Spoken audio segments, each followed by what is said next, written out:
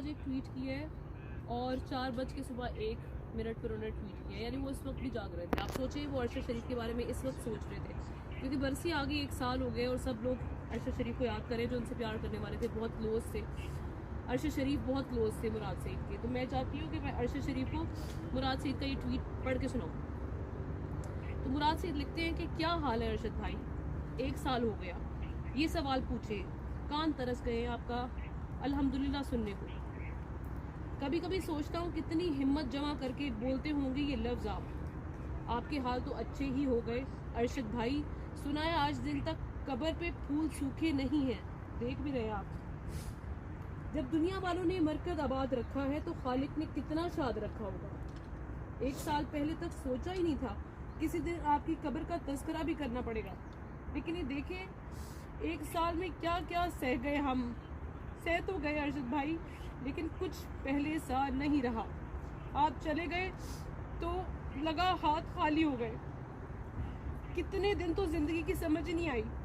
इन सालों में कितने कदम थे जिनकी हिम्मत आपकी थपकी ने दी थी। कितने बंद रास्ते थे कि जिन पे रोजन आपकी फरासत ने खोले थे, और अब एक घुप अंधेरा था और मैं इसकी तारीकी में खड़ा एक खौफजदा बच्चा। आपके बाद जिंदगी ऐसी ही हो गई है, घुप अंधेरों में ढूंढ ढांड के हिम्मत खोज के लाते हैं कि भरम भी रखना है अपने कांधे पे।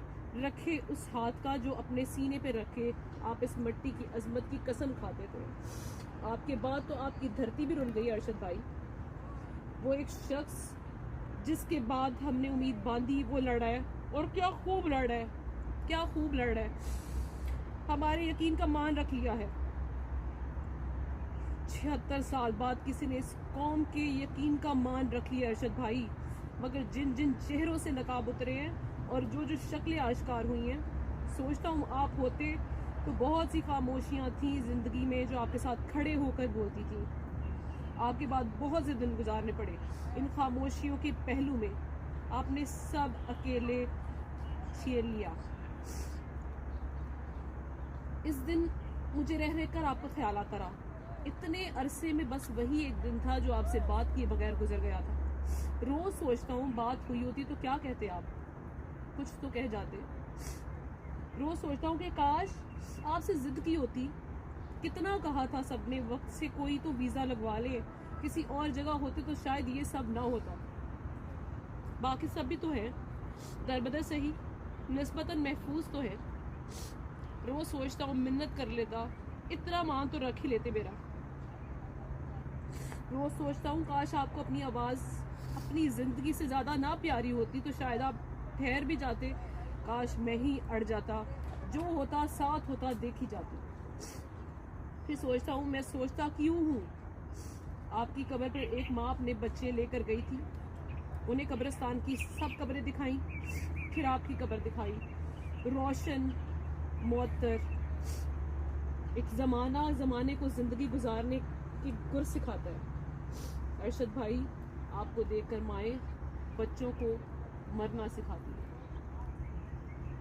ये मुराद सईद है और वो भी इस वक्त दरबदर है, और मुराद सईद की ज़िंदगी के लिए, उनकी हिफाजत के लिए हम सब दुआ गो हैं, क्योंकि ऑब्वियसली बात है हमारे कुछ ऐसे काली भेड़ें हमारी सहाफ़ी बरादरी में हैं जो ऐसे ट्वीट्स कर देती हैं जिसकी वजह से ज़िंदगी को ख़तरा हो जाता है।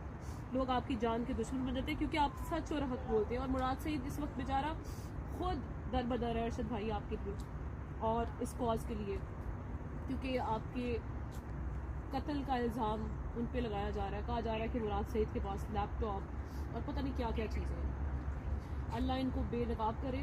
वैसे तो बेनकाब हो चुकी है, लेकिन पूरी दुनिया के सामने ये खुल कर आए और इनका अंजाम इबरतनाक बनाए।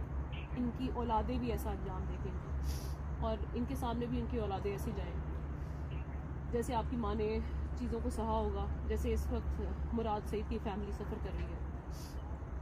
तो हमारी तो यही दुआ है, अल्लाह ताला दुआओं को कबूल फरमाए, आमीन।